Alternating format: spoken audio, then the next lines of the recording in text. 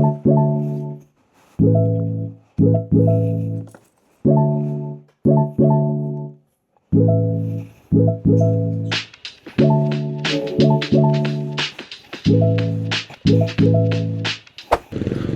is up guys? Good morning, magandang umaga ulit sa lahat. Ito, nakita nyo sa iba tayo lumiko. So for today's video guys, akit lang ako ng Antipolo. Punta lang ako kay V-Tuning. May papatignan lang ako sa CVT natin.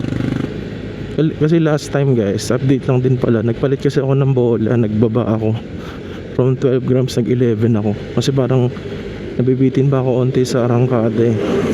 Pagka yung nagbilitan kami sabay-sabay apat, naiiwan ako nila lagi eh. So try ko na mag 11 nung nakaraan. Hindi ko na na-vlog eh. Tapos nung nabuksan yung CVT, tinignan yung variator ko. Tsaka yung drive phase kasi tinanggal. May something lang dun sa drive phase na parang uupod yung ngipin. Ngayon papatignan ko lang dito kay V-Tuning kung safe or need na ba palitan. Ito lang yun sa Antipolo, kaya dito tayo dumaan. As after, wala tayo na Nuovo. Nangati na naman si Adventures. Upgrade na tayo ng seat. Nabenta ko na yung stock ko kasi. So doon na rin kami magmi-meet. May ginawa ko, binenta ko yung stock seat ko. Tapos mag-upgrade lang ako, at least konti na lang dadagdag ko. Mag-upgrade tayo ng Ghost seat. Yung standard size lang. Actually halos same lang yun nung kay Pao. Yung kay Pao Apex alam ko same factory lang ata sila eh. Yung Apex yung Ghost. Para at least yung Ghost seat terno dito sa grips natin. Naninilaw na ba? Hindi pa naman. Yun na yung problema ko dito sa Ghost grips. Baka manilaw katagalan. Pero so far okay pa rin naman. Kaya nag-Novo na lang ako para malapit lang. Ay yung buyer ko ng stock seat taga Taytay lang eh, taga Valley Golf. So doon na lang kami magkikita ka ako. Para pag backlash ng seat ko, benta ko sa kanya. Tapos makabit ko na yung bago. Isang lakaran na lang. At least naka-minus ako dahil nabenta natin yung stock. So yan, biyahe lang tayo guys. Dito tayo sa may overlooking dito sa sikat na coffee shop. Isang parang coffee shop dito, yung Cafe Infinite. Ang daming tambay dito lagi pag gabi. Tignan natin baka meron ngayon. Kaso weekday, para mainit. Ay, meron pa din konti. Ay, marami na tambay dyan na yan, no? Overlooking. Okay din naman, pwede na. Masaya dyan pag gabi. Ay, nanginit pa eh. Pagas din tayo mamaya. 2 bars na lang ako. Tinetest ko yung na ito, full tank eh. Although last time kasi nag-Quezon kami, so feeling ko mas fuel efficient siya that time si Tisay. Kasi nga puro diretso yung mga daan eh, wala masyadong traffic na nung nandun na kami. So ito, nireset ko yung trip B eh. Galing full tank yan. Ngayon may 2 bars pa, 196 kilometers na yung natatakbo. Tansya ko dito 200 to 210 eh. So mga 30 to 32 kilometers per liter pag kinumpit mo sa 7 liters na full tank. So yun lang guys, biyahe lang muna ako. Balikan ko kayo pag malapit-lapit na dun or may maisip tayo na pag-usapan. Lapit na tayo guys, V-Tuning. GTS, sobrang ganda ng tunog ah. Ayun guys, dito na tayo sa V-Tuning. Traffic tayo sa rotonda. Kakita ko lang yung shop, tapos ako ikakat siguro. Ayan, nandito tayo dito. Saan nga ba? Ito.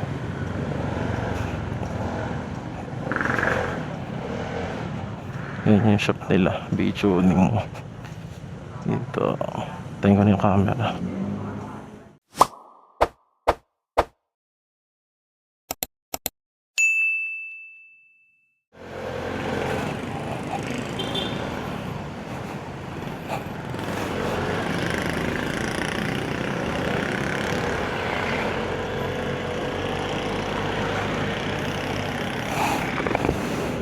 Guys, balik biyahe tayo.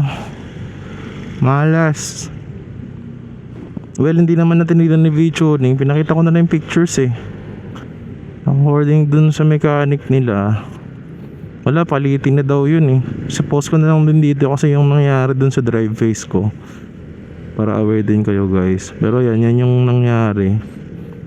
So hindi na niya binuksan eh, nag-base na lang sa picture. Pero yun, kita naman din kasi malinaw naman yung pagkaka-picture ko. Medyo naupod talaga ng onti yung ngipin ng drive face. Tapos parang nauka din yung pinagdidikitan sa ano, sa pulley, variator o yung sa washer na side. May upod siya na onti eh. Hindi na daw ko kasi kaya remedyohan yun. Tama din naman, much better daw ipalitan na. Ay wala silang parts eh. Wala, hindi ko naman kaya pa naman to ng malapit ang ride lang. Hindi pa naman ulit kami maglo-long ride. Kaya punta muna ako Novo, paano na tayo nung seat natin. Tapos may kausap talaga ako na drive face din, seller. Use naman na. Hindi na ako nag-brand new sana kasi medyo mahal din yung brand new. Nagtingin ako sa Shopee, 4K plus yung kay Moteo eh, yung Malossi. Yan, bigat para lang sa sa drive face. So may kausap ako, Polini, gamit na 1.5 lang. Hindi ko pa rin sure kung talagang kukunin ko na yon. Pag-iisipan ko muna kasi kaya okay pa naman ibiyahe to. Hindi naman like upod na upod. May konting ngipin pa, kaya pa to itakbo kahit pa paano. So pag-isipan muna natin. In the future ko na siguro palitan, siguro after 1 week siguro, o tingin-tingin tayo ng options kung meron. Kasi iniisip ko din, kung bibili ako ng bago, edi maghahanap na lang ako nagbebenta ng package, yung nagbebenta ng variator na may kasamang drive face na. Kasi parang nag-iisip din ako ipa full Malossi na eh, parang di chapsoy eh. Hindi na malaman, hanap din ako kung may nagbebenta. Kasi kung bumili ako ng brand new 4K, may mga nagbebenta ng set na mga 6 or 7, edi konti na lang. Ganun din. So yung biyahe lang tayo ulit papuntang Cainta. Punta tayong Novo. Let's go. Umulan bigla guys. Kanina pa sana ako nakaalis. Sakto pa alis ako ng V-tuning, biglang bumuhos yung ulan. Ayan, tumila na. Weird nga eh, ang araw-araw tirik na tirik yung araw, tapos biglang bumuhos yung ulan. Hanap tayong Shell, papagas na ako, umilaw na eh. So yun nga, tama tansya ko guys, 210 kilometers yung full tank. Mga ganun, 210 to 220. 204 na ngayon eh, tapos umilaw na.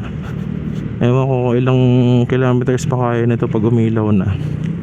Pero ayoko na saga rin eh, mahirap na. Baka mamaya tumirik tayo. Pero yun, ano lang, assumption, 210 to 20. Tapos makikita kami ni Pao, nandun si Pao sa Novo. Magpapakabit ata siya center spring. Malaman. Kaso may pasok siya ng 6 eh, baka umalis din yun. Nasa ko dadating, mga 4:30. Okay, sa totoo naman guys, okay yun naman yung takbo. Natatakot lang kasi ako, may trauma ako sa ganyan, yung biglang masisiraan sa ride. Hassle niyan, sobra. Dati naputulan ako, throttle cable, nung nakapanareya pa ako, layo ng tinula ko, grabe. Sama ko pa yung fiancé ko nun. Kaya kung palitin talaga, diba, di palitan na rin. Hanap lang ako ng best option kung drive face yung papapalitan ko o buo na, variator tsaka drive face. Tingnan ko kung ano mas sumasulit eh. Kasi minsan may mga nagbebenta ng set, yung mga nagpalit na kunyari, iba nagpapalit ng Prodigy. Pwede ko bilhin yung, may natanong kasi ako last time, set na medyo mahal yung benta, Gismil din eh, para sa brand new na. Konti lang daw kasi na biyahe. Anyway, tingin-tingin muna tayo sa marketplace. Pag wala, baka kailangan natin mag brand new. Hindi bigla kasi hindi nag-reply itong kausap ko eh, yung Polini. Tsaka medyo natatakot kasi ako kung gusto niya kasi ilalamove na lang. Gusto ko sana makita din ng personal eh, kasi used na eh. Baka mamaya, 'di ba, expired na rin yung drive face niya kasi medyo madumi tignan sa picture eh. Sabi niya na stock lang daw. Papatignan ko din sa mekaniko kung okay. Taga Fairview kasi medyo malayo-layo din kung mag-meet kami. May plano ko sana ako nag-reply, papadeliver ko na sa Nuovo ngayon para diretso kabit. Kaso inisip ko naman, mahal din ang labor sa Nuovo kasi. 500. Eh dun sa kapitbahay ko 150 lang. May shell ba dito? Tagal ko makakita na shell. So tayo magpagas. Buti si Shell may discount ngayon, kaya pinapatos ko doon kahit mahal yung gas eh. Tapos may point system sila na pwede mong ipang gas din. 508 dapat yung bili ko, naging 470 na lang. Nag-reset ulit ako sa trip B para makita ulit natin yung range. Pero okay lang, masaya ako. Basta lang magpasan 25 km per liter, okay na ako. Kaysa na pag naka big bike, tipid-tipid pa rin naman Vespa. Pero pag sa tipid, yung ADV ko matipid talaga, parang 35. So tama naman pala talaga yung i-base mo yung pamagas mo sa nabawas na bar. Kasi 1 bar na to eh, 1 bar na tira eh, tapos umiilaw na eh. Sabi ko dun sa gas boy, mga 6 liters yung kuya, parang mga 6.4 nag-end. Kasi yung isang beses nag-ride kami ng Tanay, grabe binuluwakan ako, in-automatic nung boy, sabi ko dahan-dahanin, hindi ko na napansin. Grabe, as in ligo yung Vespa ko, pwede ka maghugas ng kamay sa dami ng napuno. Tawa nga ng tawa si Mon tsaka si Pao, na-bad trip ako dun sa boy. Pinagsabihan ko na nga na dahan-dahanin eh. Mas galit pa, bakit eh di daw kasi nag-automatic. Eh kuya, sabi ko na nga dahan-dahanin mo. Anyway, naalala ko lang. Kaya pag ano, pinapadahan-dahanan ko talaga pag nagpapagas na ako. Tsaka nilalagyan ko na ng basahan sa paligid nung lagay ng nozzle. Mahirap na eh. Ba't kaya ganun talaga yung tangga ng Vespa, no? Apawin. Hindi ko nga alam ano bang strategy dun eh. Napanood ko kasi kay Amor, ibaon daw yung nozzle para hindi bumulwak. Eto, may nagpapagas ako, sinasabi ko ibaon. Ayaw nila ibaon kasi nga hindi daw nila makita kung gaano nakarami. So ginagawa ko, pinapadahan-dahan ko na lang. So far, etong huli, etong ngayon, hindi naman. Talagang dinahandahan niya nung papuno na. Kasi hindi ko na pinapasagad na hanggang nguso, kahit sa baba na lang, okay lang yun. Eh nung sabi ni Amor eh, parang sa kanya ko din nalaman yung per liter ang bilang, kung ilan na bawas na bar. So far, okay naman yung hack. Yan nga yung binabaon yung nozzle, yun hindi ko pa na-try kasi ayaw nila. Natatakot sila ibaon, hindi daw makita. Andun na si Pao sa Nuovo eh. Kaya patanong ko, nandun na yung seat ko, pinadeliver lang ata nila eh. Mukhang galing sa ibang supplier. Sa Marikina na, o sakto lang. So yan guys, biyahe lang ulit ako. Medyo traffic na, be right back. Okay guys, nagpasa tayo ng junction, kakaliko lang. Yan tayo sa Imelda. Malapit na to sa Nuovo. Paglagpas na ng Village East, bago mag-gas station, sa may bandang kanan. Mabalik din tayo sa Nuovo. Kasi yun pala guys, medyo malapit-lapit na tayo mag-PMS. Baka 8K ako mag-PMS eh. 7,054 na tayo ngayon. Simon magpapa-PMS na daw eh. Ako 8K, sakto pang ika-3K na Odo. Sabi ni attorney 2K daw, eh nagagastusan ako eh. Kahit 3K na siguro, pwede na yun. Sa manual niya 5K eh. So feeling ko safe naman yan. Ito na tayo guys, balikan ko kayo.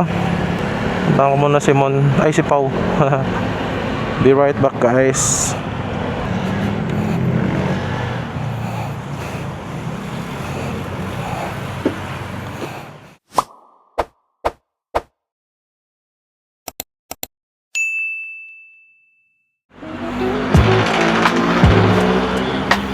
Eh, ba't di mo pa pinapapasok yun sa'yo? Ba't di mo pa pinapapasok? Okay?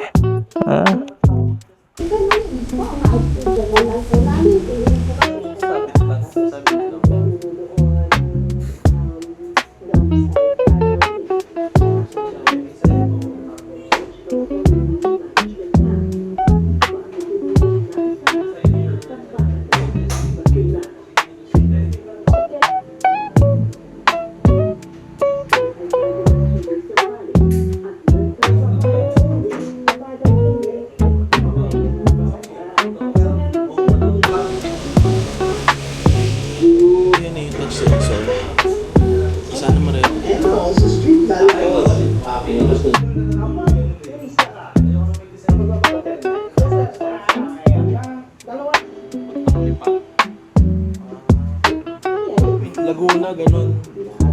Hindi ka mag... Oo nga pala, may pasok ka. Sige na.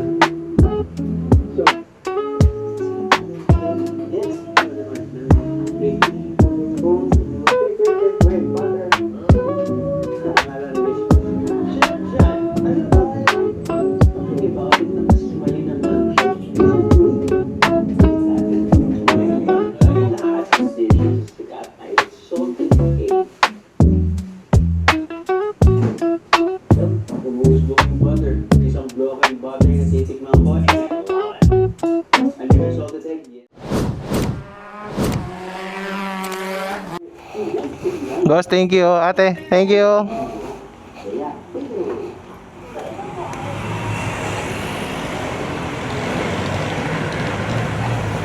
Kaya ba?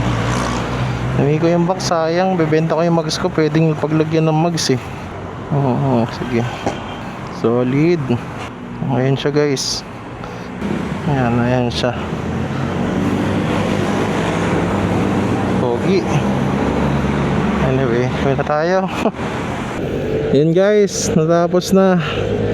Tapos kanina, pinasabay ko na rin yung ano ko, yung aux lights, pinatanggal ko na. Bebenta ko na rin kasi naka-headlight naman na ako, upgrade. So hindi ko na kailangan ng aux light, redundant na dalawa pa.